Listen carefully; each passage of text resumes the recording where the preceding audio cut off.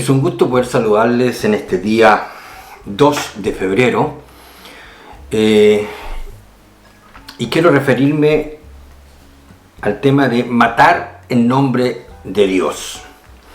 Y esto a propósito de lo que pasó recientemente la semana pasada en España, donde un muchacho de origen marroquí, invocando a Alá con un machete inmenso que mayormente parecía una espada, dio muerte a un sacristán, dejó herido al sacerdote. Hay relatos y hay videos que muestran la forma en que este hombre se movió y el desastre que produjo, y sobre todo pensando en el sacristán. Es un ataque directo dentro de un edificio religioso. Después, hace pocos días, usted también se enteró de una bomba que hicieron explotar en una mezquita en Pakistán, donde fuentes periodísticas hablan de cerca de 100 muertos. Obviamente el atacante era un atacante suicida. Y ahí puede usted imaginarse la magnitud del explosivo que usaron. Y las imágenes también son muy elocuentes. Y después tenemos un ataque en una sinagoga en Israel, donde también hubieron fallecidos. Matar en nombre de Dios. Cuando las religiones se transforman en fuerzas asesinas. En el fondo es eso. Y por supuesto, bueno, un caso también se me quedó, fue en Alemania. En el norte de Alemania también hubo un ataque por arma blanca, de similares características.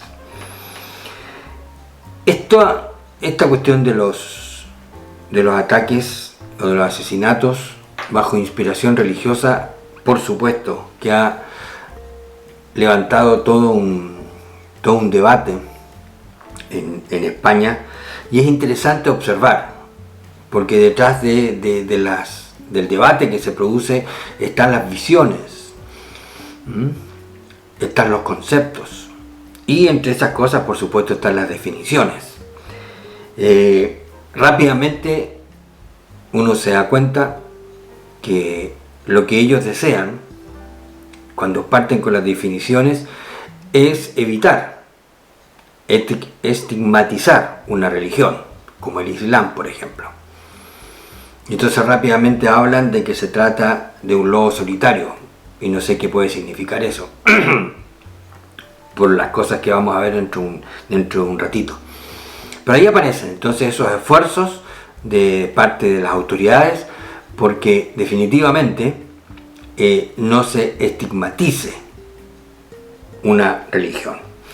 Y es interesante escuchar, por ejemplo, a uno de los personeros del gobierno que hizo la siguiente declaración: que practicar una religión no es lo mismo que cometer un delito. Y ya vamos a ir a eso otra vez. Practicar una religión no es lo mismo que cometer un delito. Y empiezan entonces todos los esfuerzos por separar y también por llegar a tipificar el ataque para ver si se trata de algo que cae dentro del concepto de terrorismo o no lo es. Es interesante observar cómo se mueven las autoridades tratando de provocar la menor división dentro del pueblo español en este caso, y donde quiera que ocurra. Y por supuesto que están las declaraciones más incendiarias, que por ejemplo gente que se atrevió a decir de que el Islam no es para vivir en Occidente. El Islam no puede ser parte de Occidente. Y después están los otros que dijeron que hace ya muchos años, muchos siglos, de que no se ha visto que un cristiano matare inspirado por su fe. Y ahí viene otra vez la separación o la estigmatización de lo que muchos hablan del Islam. Cosa que rápidamente saltan para condenar esas opiniones que en nada contribuyen a todo esto. Lo que yo quiero simplemente decir acá, en los minutos que me quedan, que la fe, voy a usar un concepto que es, quiero tratar de que lo entiendan, que la fe transpira. Cuando digo que la fe transpira, es que lo que las personas creen se transforman o llegan a ejecutar hechos concretos. Por eso hablo yo de la transpiración. La fe no es una, si podemos decir así, una propiedad secreta, ya restringida. La fe transpira. Y diciendo eso, en el fondo lo que tenemos que definitivamente plantear es una cuestión dura, es una cuestión difícil. Pero esas personas, estas personas que, como el muchacho este marroquí que mató al sacristán, Alá es grande, gritando Alá es grande, después de atentar en una mezquita, después en una sinagoga, etc. Cuando se hace por motivos religiosos, es que lo que tenemos que entender es que en algún momento quien hace eso recibió una inspiración. Fue inspirado. Y si ustedes quieren, fue fabricado, fue empujado para llegar a ese punto. Yo sé que los clérigos, que los líderes en general van a decir nosotros nunca hacemos eso. Pero yo quiero decirles simplemente y remitirme a los hechos, a la naturaleza de las cosas. Pero, por ejemplo, para los islamitas, quienes no comparten su fe, son infieles. Y es interesante, cada religión tiene una forma de señalar a aquellos que están fuera de su fe. Para los católicos, en su tiempo eran los herejes. Pensando en los cristianos evangélicos, los de afuera son los inconversos. O sea, de alguna manera todos tienen una forma de identificar a aquellas personas que no comparten su fe. Pero tenemos que también señalar el hecho que hay distintas maneras en que se establece la forma de tratar a esas personas que están afuera. Es verdad, ustedes pueden ir a Lima o a través del sistema de internet pueden recorrer toda la época o conocer los libros publicados de la época de la Inquisición católica, donde se persiguió a aquellos herejes, y en Lima está el Museo de la Inquisición. Después tenemos también en el tiempo de la Reforma algunas cosas escritas por Martín Lutero impulsaron a la revolución de los campesinos, por ejemplo, cosa que él evidentemente no buscó, pero simplemente quiero decir que en alguna parte hay una inspiración, en alguna parte se forja esa fuerza para mostrar violencia contra aquellos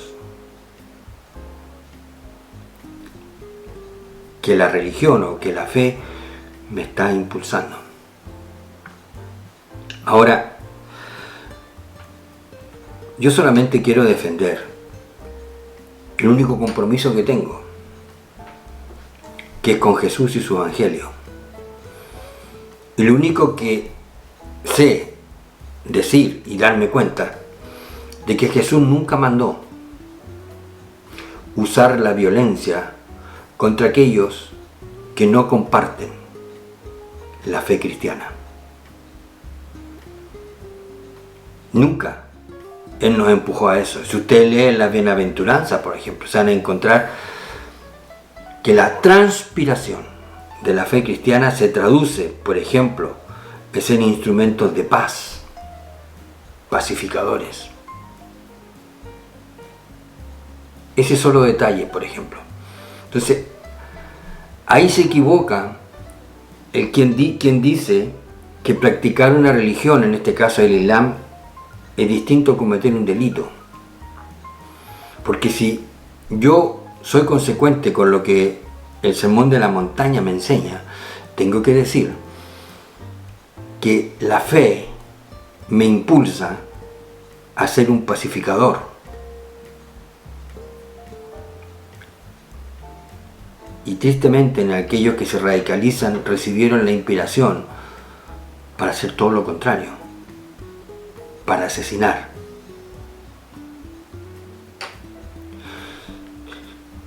Toda la epístola de Santiago, si usted la examina, tiene que ver con la transpiración de la fe. La fe que se traduce en hechos concretos.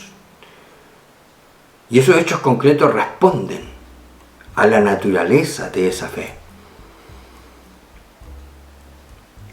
Por supuesto que no todos comparten la fe cristiana. Y en el tiempo de Jesús fue así también. Pero Jesús llegó con su propuesta. Jesús apeló a la libertad personal. Jesús apeló a la responsabilidad individual. O sea, lo que los cristianos, los que profesamos la fe y el vínculo con Jesús, estamos llamados simplemente, si podemos usar este término, a reclamar espacios de libertad, donde podamos exponer lo que creemos, desafiando a la gente a decidirse o a rechazar. Que las personas usen su libertad, su responsabilidad individual, para acoger el Evangelio o para no acogerlo. Porque un día también tenemos que responder por ese ejercicio. O sea, no estamos llamados a suprimir, no estamos llamados a violentar, no estamos llamados a asesinar por nuestra fe. Estamos llamados a proclamarla, estamos llamados a exponerla, estamos llamados a ofrecer nuestra propuesta en un ambiente de libertad y, si ustedes quieren, también de respeto, invocando simplemente la libertad de conciencia, que cada uno en el fondo es responsable de decidir personalmente. A eso estamos llamados. Entonces se dan cuenta la tremenda diferencia cuando aquellos que quieren plantear que todas las religiones son iguales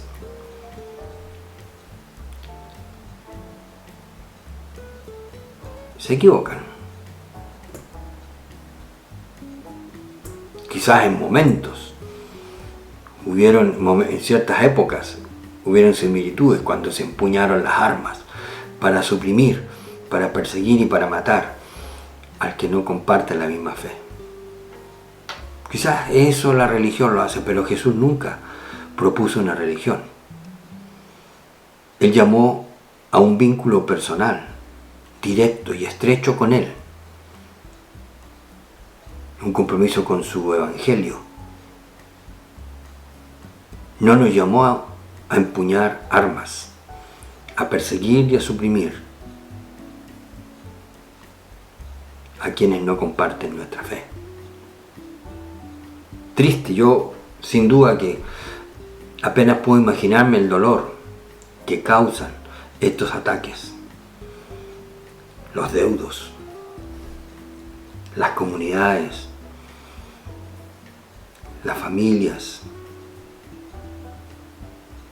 y los países, por último, se ven profundamente golpeados por este tipo de ataques. Terminando, simplemente para concluir, no nos engañemos.